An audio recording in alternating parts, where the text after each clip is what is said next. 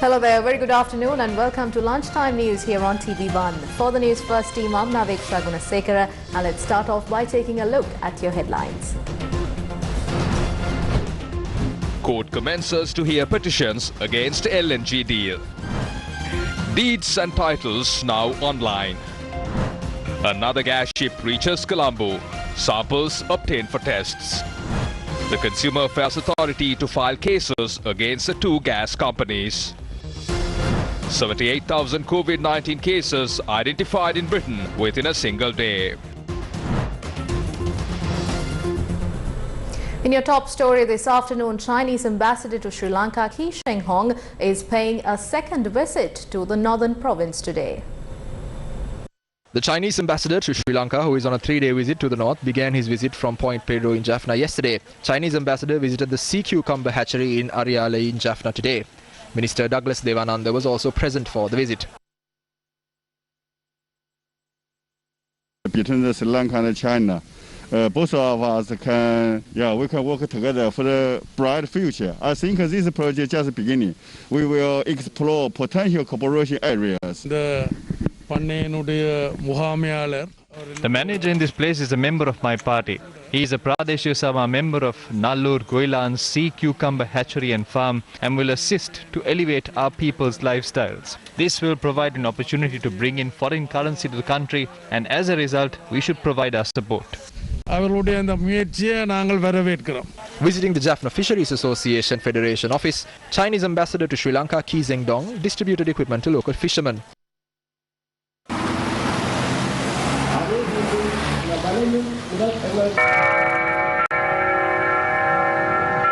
Chinese ambassador then visited the historic Nallur Kovil in the Jaffna Peninsula. The Chinese ambassador is also expected to visit the Mana district this afternoon. A 5-judge bench of the Supreme Court today began hearing fundamental rights petitions seeking annulment of the decision taken to transfer the state-owned shares of the Kerawalapitiya Yugathanavi power plant to an American company called Newsfirst.lk Energy. A 5-judge bench headed by Chief Justice Jayantha Jayasuriya comprises of Justices Buwanekalu Vihare, Priyantha Jayawardena, Vijit Malalgoda, L.T.B. Dehideniya. The petitions were filed by Archbishop Malcolm Cardinal Ranjit, Venerable L.A. Gunawansathera and several parties including the Samaki Janabalawegya and trade unions. Meanwhile, the Janatha Vimukti Peramuna made a revelation regarding the controversial LNG agreement.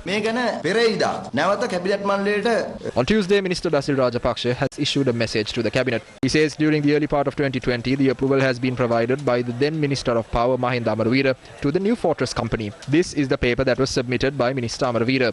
We and the country would like to know the truth on Minister Mahinda Amaravira's statement. Minister Mahinda Amaravira should tell whether he agreed to the fact New Fortress LNG is the most efficient company to carry out this process. New Fortress Energy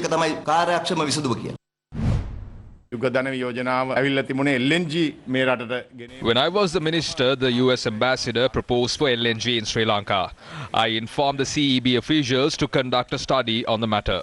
We prepared the cabinet paper. This cabinet paper did not mention the Yugadanavi power plant. It was based on the supply of LNG in Sri Lanka. We made it clear that the company identified as New Fortress Energy had also come forward. We proposed to cabinet to appoint a special committee to award the opportunity to other companies and also study them. But that cabinet paper was never taken up by the cabinet of minister because it was a period of elections. We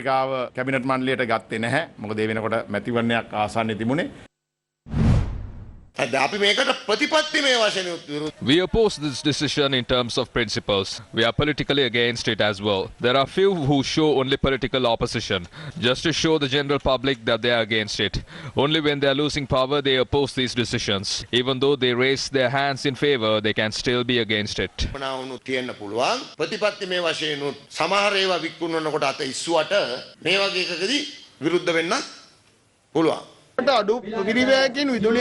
Groups from various political backgrounds are trying to put the government and the people in a difficult situation as they try to adapt a low-cost methods of getting electricity and the methods used by other countries in the world.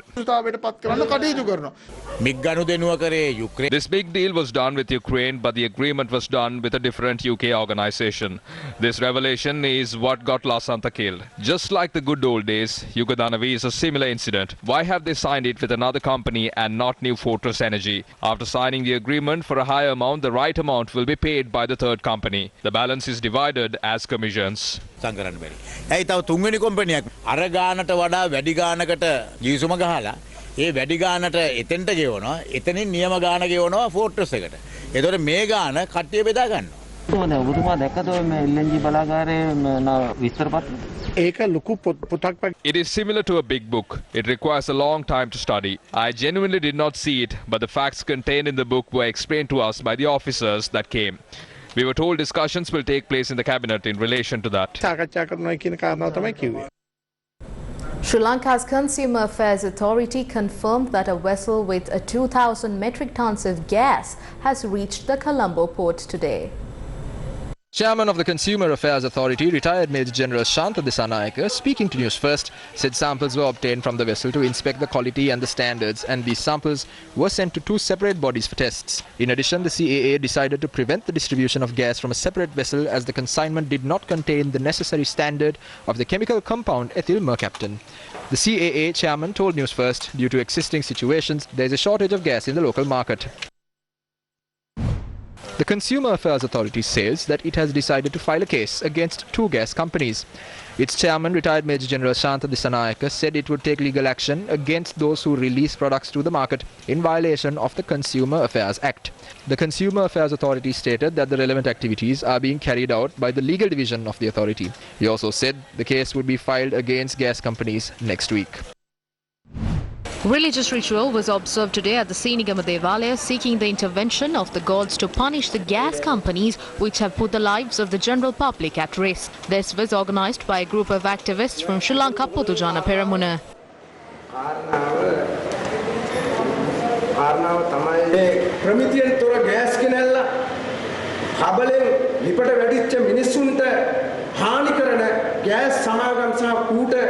වෙළඳුන්ට විරුද්ධව කටයුතු කරන්න කියන දඬුවම් ලබා දෙන්න කියන ඉල්ලීම අපි මේ වෙලාවේ කරනවා.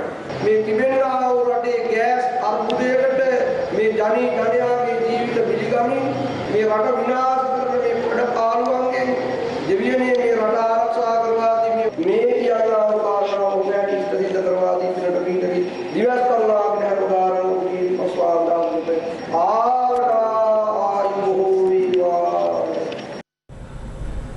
The Ministry of Public Service, Provincial Councils and Local Government has commenced a research on the objections raised by trade unions against the decision taken to increase the retirement age of public servants to 65 years. Its Secretary J.J. Ratnasiri stated that a report in this regard will be submitted to the Cabinet by the Minister in charge of the subject.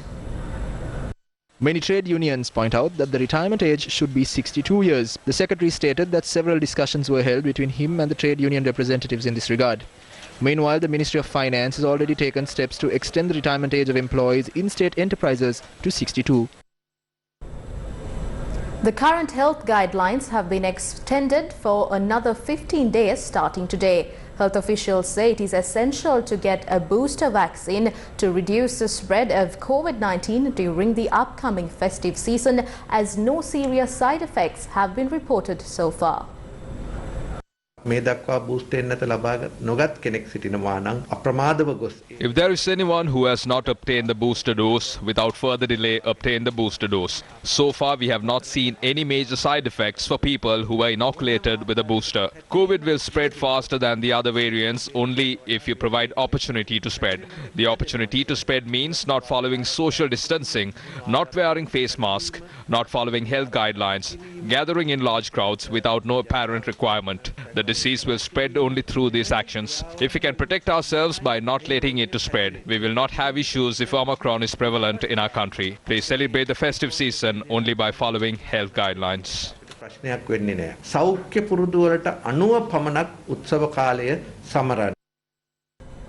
The farmers across the country are suffering due to the fertilizer crisis.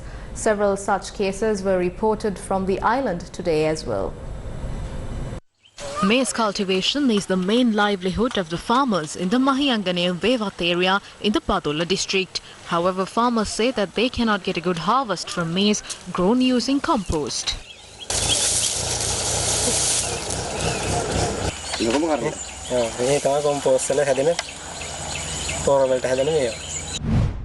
Farmers in the Velimada Mirahavatta Agrarian Services Centre yesterday protested against the transfer of a stock of fertilizer stored at the warehouse to a government farm in the Girandurukote area. Our correspondent said that the farmers blocked the gate of the Agrarian Services Centre by not allowing the lorries that came to load the stock of fertilizer to leave the warehouse.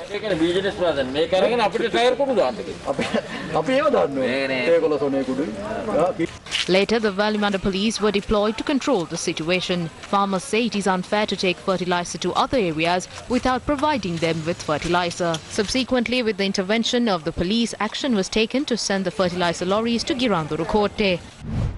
The crops at Manikinna Kundasala in Kandy have turned yellow. The farmers said that the crops turned yellow with the application of organic liquid fertilizer provided by the Manikinna Agrarian Services Centre.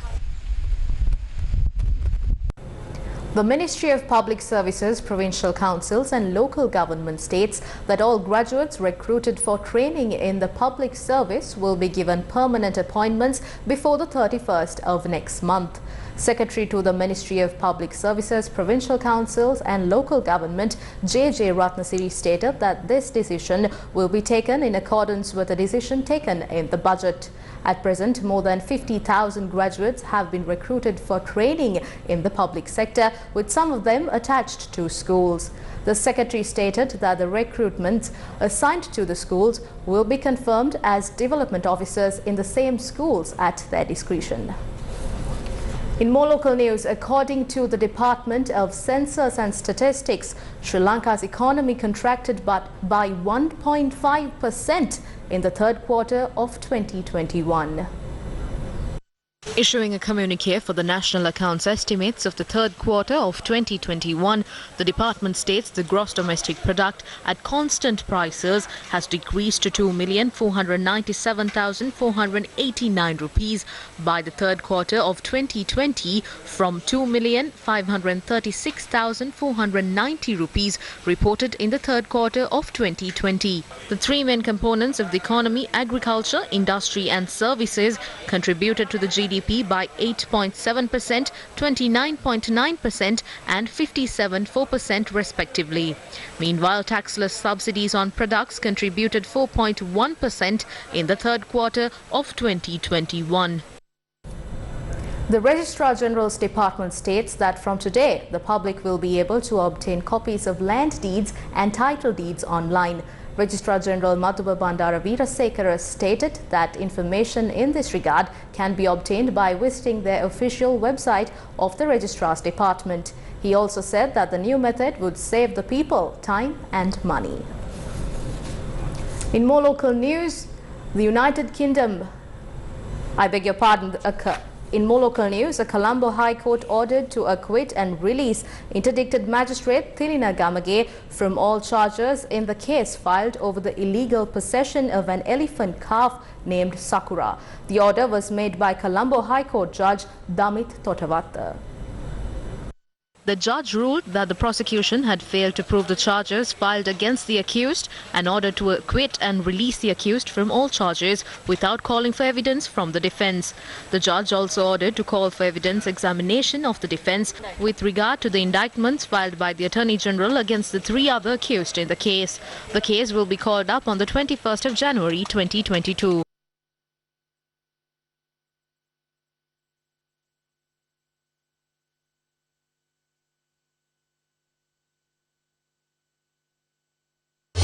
Of lunchtime news here on TV1. For the Newsfirst team, I'm Naveksha Gunasekara along with our producer Martin Satyanes, and you can always log on to our website, that is www.newsfirst.lk, for all these stories and much more. Thank you for watching and have yourself a great day ahead.